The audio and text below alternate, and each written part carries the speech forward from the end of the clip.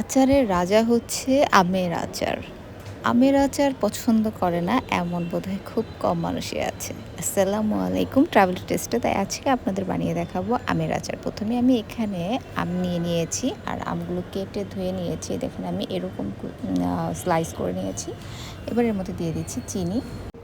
আমি এখানে ১ কাপ চিনি দিয়েছি আর চিনিটা আপনারা মিষ্টি অনুযায়ী ব্যবহার করবেন। আমি চিনি দিয়ে আমগুলো মাখিয়ে নিচ্ছি খুব ভালোভাবে এবং এটা আমি ২ ঘন্টা মতো রেখে দিব। আমগুলো চিনি দিয়ে ২ ঘন্টা মাখিয়ে রাখার কারণে কিন্তু চিনিগুলো গলে পানি হয়ে গেছে। এবার চুলায় একটি কড়াই দিয়ে আমি আমগুলো দিয়ে দিচ্ছি আর এর মধ্যে দিয়ে দিচ্ছি লবণ।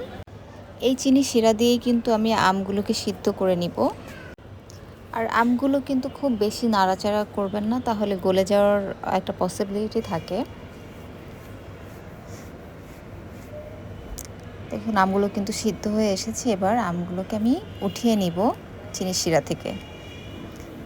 এবার চিনির শিরাটা একটু টেনে আসার জন্য অপেক্ষা করব। যখন এরকম ব্রাউন কালার হয়ে আসবে তখন এর মধ্যে আমি দিয়ে দিচ্ছি ৫ ফোড়ন গুঁড়ো, দিয়ে দিচ্ছি শুকনো মরিচ ভাঙা, দিয়ে দিচ্ছি বিট লবণ আর দিয়ে দিচ্ছি ধনিয়া গুঁড়ো।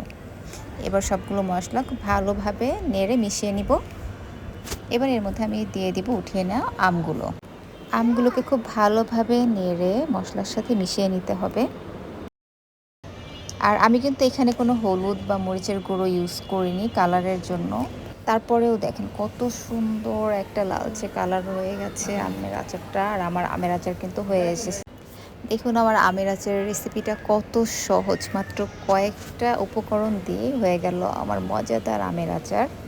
সহজেই রেসিপিটা ফলো করে কিন্তু আপনারাও বাসায় বানিয়ে দেখতে পারেন মিষ্টি আমের আচার।